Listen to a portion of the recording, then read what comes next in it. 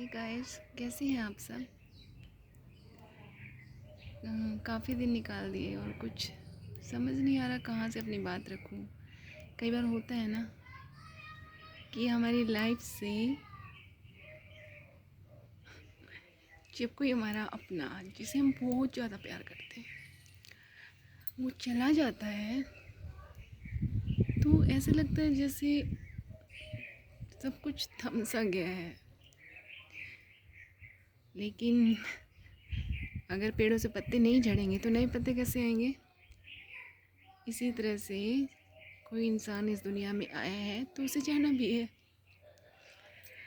मेरे पापा जो कहने को अभी इस दुनिया में नहीं है, जिनसे मैं बहुत ज़्यादा प्यार करती हूँ।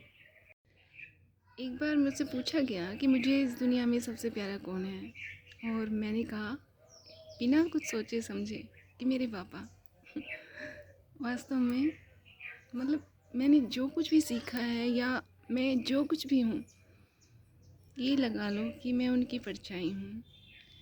छोटे बड़ों का सम्मान करना, सबसे मीठा बोलना, हर बात पे कविता कहानी मुहावरे लोकोक्ति सुनाना, सब मैंने अपने पापा से सीखा है।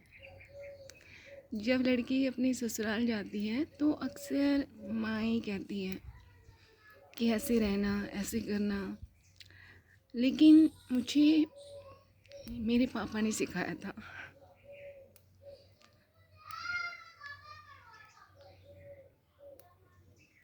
कि यदि ससुराल में कोई कुछ कह दे, डांट दे, जिसकी बात दिल को बुरी लगे, तो हमेशा ये सोचना कि तुम्हारे पापा ने बोला है।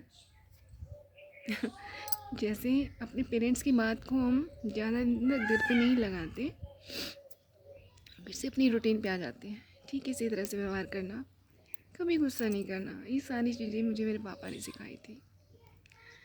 मेरे पापा हम सब के लिए एक प्रेरणा है, और उनके होते हुए तो सब कुछ सीखते ही थे हम। उनके जाने के बाद उनके बारे में हमें काफ़ी कुछ पता चला। जैसे पहले पापा ने देश की सेवा की, फिर परिवार को एकजुट रखा, उसके बाद सोसाइटी के लिए सब कुछ किया। उनके सहयोग से हमारी सोसाइटी में एक मंदिर बना।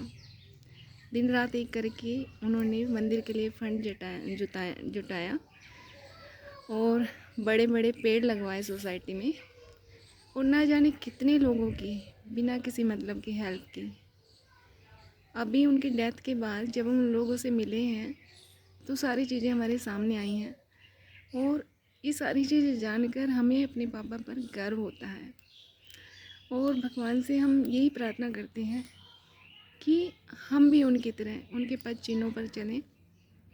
हमें भी भगवान इस तरह से मार्गदर्शन करें कि जैसे उन्होंने अपने लोगों के दिल में, सभी लोगों के दिल में जगह बनाई है और मरकर भी एक तरह से अमर हुए हैं, हम भी कुछ ऐसा करें। क्योंकि खाना पीना, सोना, रहना, बच्चों को पालना, ये सब तो जानवर भी करते हैं। और पापा कहते थे कि हमेशा अपना जीवन दूसरों के लिए भी जियो, ज़िंदगी को ढो मत, जियो उसे। जीना दूसरों के काम आना, किसी भी ज़रूरत, किसी के दुनिया से चले जाने को हम दो तरीके से ले सकते हैं। एक तो उन्हें सोच सोच के, याद कर कर के आंसू बहाते रहें, और दूसरा अपने आप को स्ट्रॉन्ग बनाएं, उनके अच्छे कामों से, उनकी यादों से प्रेरित होकर हम भी उनकी डगर पर चलें, उनकी तरह अच्छे काम करें, और हर पल उनको हम महसूस कर सकते हैं। जैसे आज भी सोसाइटी की सामने वाली बेंच पर पापा बैठे दिखाई देते हैं। मंदिर की घंटी बजते ही पापा मंदिर में भजन गाते हुए दिखते हैं। सुबह मॉर्निंग वॉक पे जाते दिखते हैं, लोगों के बीच में योगा करते दिखते हैं, बच्चों के साथ मुस्कुराते दिखते हैं, बातें करते दिखते हैं। हर पल महसूस कर सकते हैं उनको। तो इसलिए यदि कोई दुनिया से चला जाता है तो उसे लेकर हमें दुखी नहीं होना चाहिए। कहते हैं कि अगर वो इंसान हमें बहुत प्यार करता था तो हमारे दुखी होने से वो भी दुखी होता है, तो हमें खुश होकर उसे अलविदा कहना चाहिए।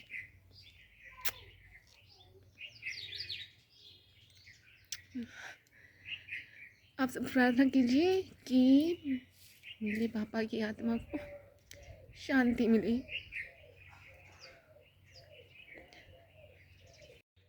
और मैं भगवान से यही प्रार्थना करती हूँ कि हर जन्म में मुझे मेरे यही पेरेंट्स मिले, मेरे यही भाई बहन मिले, मुझे यही परिवार मिले, बस। So on the occasion of World Environment Day, labour जैसे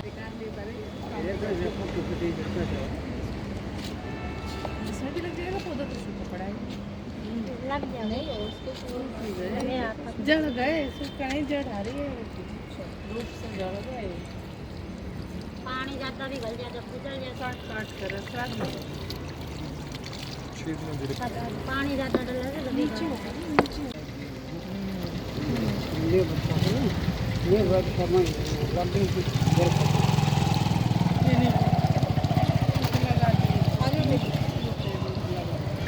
So on the occasion of World Environment Day, this is a tribute to their father, and as his mission was always to grow more plants, so they have planted this, and we hope that this all should grow well, and they are all our family members.